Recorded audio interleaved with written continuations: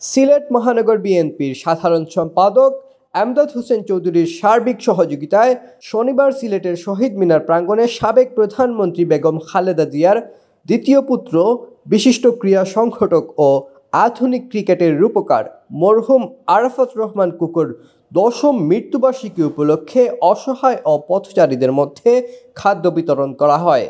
এ সময় উপস্থিত ছিলেন সিলেট মহানগর বিএনপির সাধারণ সম্পাদক এমদাদ হোসেন চৌধুরী সহ সিলেট মহানগর বিএনপি, ছাত্রদল, যুবদল এবং স্বেচ্ছাসেবক দলের নেতৃবৃন্দরা।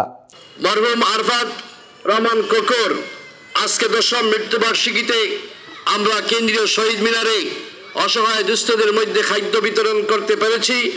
এটা একমাত্র কারণে এদেশের জুলাই আগস্টের আন্দোলনে ছাত্র জনতা এবং বাংলাদেশ জাতীয়তাবাদী দলের প্রতিটি নেতা কর্মীর যারা নিহত হয়েছে তাদের রক্তের বিনিময়ে আমরা এই ফ্যাসিবাদী সরকারের পতন ঘটিয়েছি বিদায় আজকে আরাফাত রহমান কুকুর এখানে আমরা খাদ্য বিতরণ করতে পারছি তার মৃত্যুবার্ষিকীতে।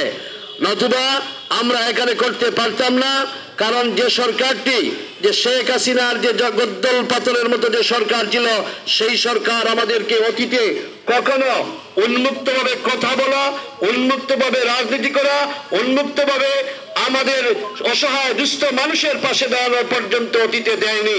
আমরা আমাদের আরাফাত রহমান কুকুর যেই দিন গায়েবানা জানাজা করি সেই গায়েবানা জানাজাও কিন্তু আমরা সংক্ষিপ্তভাবে করতে হয়েছে এবং আমাদের আরাফাত রহমান কুকুর যেখানে সমাধি করা যেখানে তাকে কবর দেওয়া হয়েছিল আসলে সেনাপ্রধানের সন্তান হিসাবে তাকে যেখানে দেওয়ার কথা সেখানে আমরা দিতে পারিনি।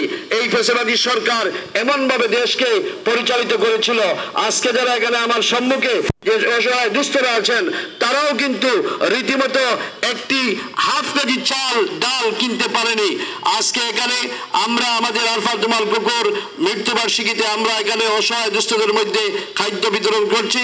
এখানে বক্তব্য দেওয়ার কিছু নেই, একমাত্র আল্লাহ পাকের কাছে আমরা দোয়া করি আমাদের এই প্রিয় সকলের স্নেহের নেতা আরাফাত রহমান কুকুরকে আল্লাহ পাক যেন জান্নাতুল ফেরদৌস দান করেন।